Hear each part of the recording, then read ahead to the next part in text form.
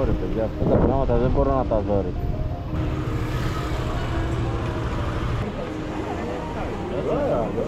Γεια σας.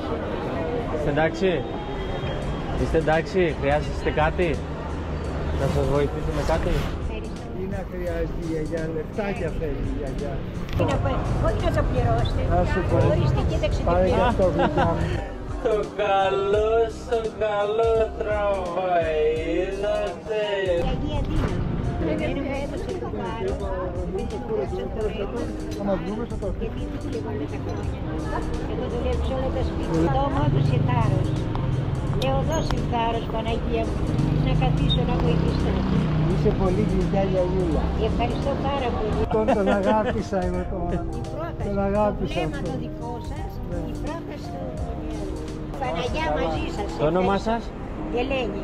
Γεια σας κυρία Ελένη. Ήμουν εδώ και υποθύμαγα, δεν είχα φάει τίποτα. Και ήρθε και μου λέει, τι θέλετε να σας φέρω να φάτε, ό,τι θέλετε. Εσείς όμως κλείσατε ταμείο. Δεν πειράζει. Να είστε καλά, Άμα- καλές γιορτές. Καλή συνέχεια. Ευχαριστώ. Όλα πληρωμένα. Γεια σας, χάρηκα Ευχαριστώ. πάρα πολύ. Στο καλό. Καλή χρονιά. Καλή τύχη. Να Ευχαριστώ. σας πηγαίνουν όλα καλά. Ευχαριστώ πολύ. Η κάθε κίνηση, το κάθε πράγμα μας ακολουθεί. Όλα στη ζωή Με έτσι. την ευχή μου. Με την ευχή μου. Γεια Ευχαριστώ σας. πολύ.